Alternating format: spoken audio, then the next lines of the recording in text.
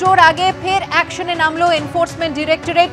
বেআইনি বালি খাদান এবং বালি খাদান থেকে বেআইনিভাবে বালি পাচারের অভিযোগ নিয়ে তল্লাশি চলছে বিভিন্ন জায়গায়। আমাদের প্রতিনিধি প্রকাশ সিনহা এই মুহূর্তে রয়েছেন আমাদের সঙ্গে। প্রকাশ, না দেখো, যেটা ইডি সূত্রের খবর শুধুমাত্র কলকাতা নয়, কলকাতার বেহালা এবং রিজেন্ট পার্ক এলাকায় তো চলছেই, কিন্তু এছাড়া একাধিক জেলায় পৌঁছে গেছেন ইডি আধিকারিকরা। তারা রয়েছেন পশ্চিম মেদিনীপুরে, তারা রয়েছেন ঝাড়গ্রাম জেলায়, এবং বেআইনিভাবে বালি খাদান থেকে যে বালি পাচার করা হতো সেটা নিয়ে কিন্তু অভিযান। মূলত ইডি আধিকারিকরা যেটা দাবি করছেন যে একাধিক অভিযোগ ছিল যে বালি খাদান নেওয়া হচ্ছে আইন মেনে, অর্থাৎ কাগজ কলমে সব ঠিক রেখে বালি খাদান মাইন্স নেওয়া হচ্ছে, কিন্তু সেখান থেকে বেআইনিভাবে বালি পাচার করা হচ্ছে।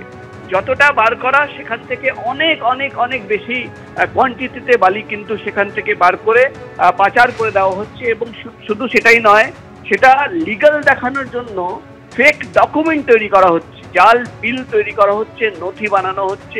এবং যেটা ইডির আধিকারিকরা দাবি করছেন যে একাধিক প্রভাবশালী ব্যক্তিরা এর পেছনে রয়েছেন, অর্থাৎ কোটি কোটি টাকা যে লেনদেন হয়েছে বালি খাদান দিয়ে বেআইনিভাবে বালি বার করে যে পাচার করা হয়েছে, এবং সেই টাকা প্রোটেকশন মানি হিসেবে যাদের কাছে পাঠানো হয়েছে, সেই টাকার উৎস খুঁজতেই কিন্তু টাকা কোথায় গেল সেই মানি ট্রেল দেখার জন্যই কিন্তু আজকে সকাল থেকে একযোগে 10 থেকে 12টি জায়গায় ইডি আধিকারিকরা, ইডির জোন 1-এর আধিকারিকরা, প্রায় 50 থেকে 60 জন আধিকারিকরা তারা কিন্তু তল্লাশি অভিযানে নেমেছেন।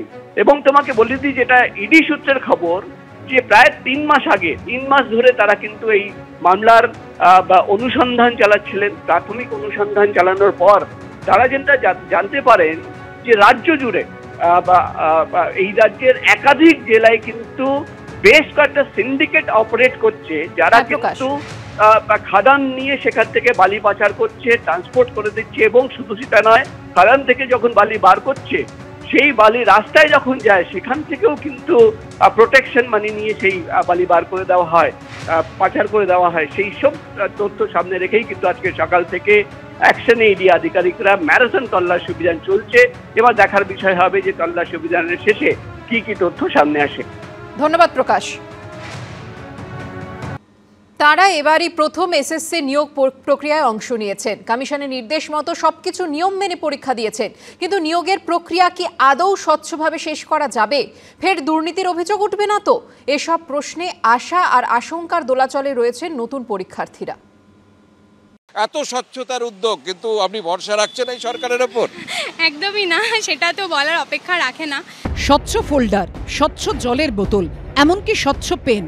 রবিবার নবম দশমে শিক্ষক নিয়োগ প্রক্রিয়ায় সব স্বচ্ছ জিনিসপত্র নিয়ে ঢোকার কড়া নির্দেশ জারি করেছিল এসএসসি। কিন্তু নিয়োগ প্রক্রিয়া কি আদৌ স্বচ্ছভাবে শেষ করা যাবে? 2016-র মতোই দুর্নীতির কালো ছায়া গ্রাস করবে না তো গোটা নিয়োগ প্রক্রিয়াকে?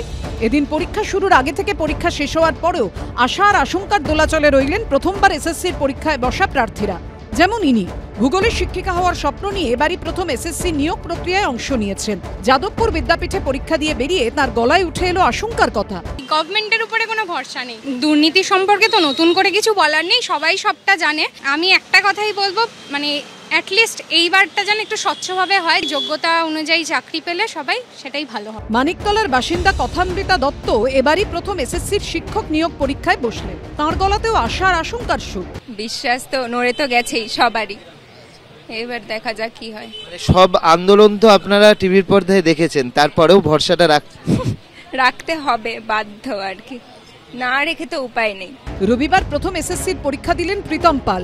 নিরাপত্তা ব্যবস্থা নিয়ে সন্তোষ প্রকাশ করলেও তার মনে প্রশ্ন সেই আস্থা নিয়ে। আমরা একটা অসম পরীক্ষার মধ্যে রয়েছি, পুরনো ক্যান্ডিডেট যারা রয়েছে তারাও একটা ডিলেমার মধ্যে রয়েছে। আর যেহেতু তারা আমাদের যারা ফ্রেশার্স আছে, তারা আমরা মনে করছি যে পুরনো ক্যান্ডিডেট 10 নম্বরে একটা অ্যাডভান্টেজ রয়েছে এবং অভিজ্ঞতাতেও তারা এগিয়ে রয়েছে। তো সেই জায়গা থেকে একটা মানে টলমল পরিস্থিতি লাগছে। এটা তো পুরোপুরি ভরসা রাখছি বলতে পারবো না, কি হবে আমি বলতে পারবো না, কিন্তু দিতে পরীক্ষার্থী থেকে অভিভাবক অভিভাবিকা, কলকাতা থেকে জেলা, আশঙ্কার ছবিটা বদলায়নি।